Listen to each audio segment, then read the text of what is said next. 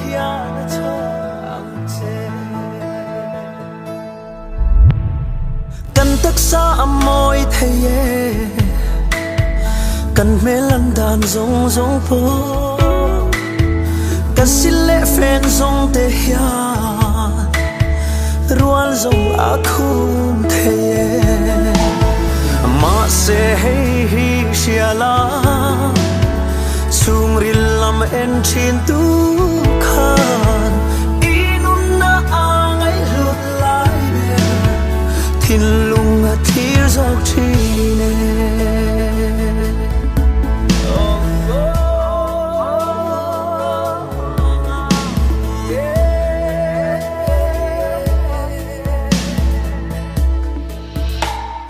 nei rau sum le pai zong a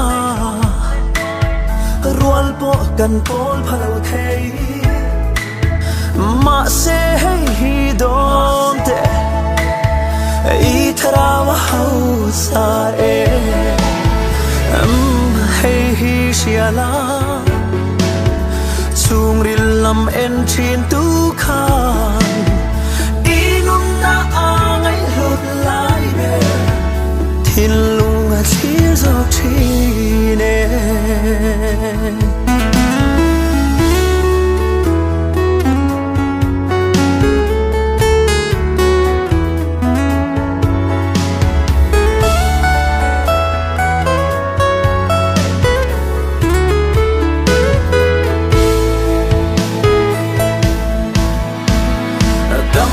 kan ching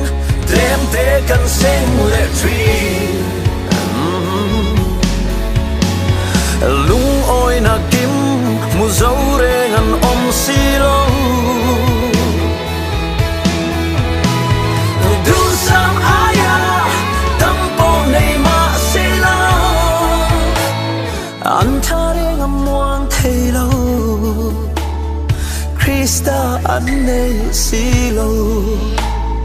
ole hey hi shiala chung rilam en chin tu khan inun na angai lut lai ber thin lung a thir zok thi ne someone na Krista tu avin lo zong zela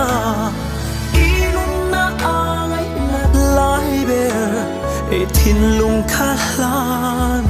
ang che e thin lung kha lan ro le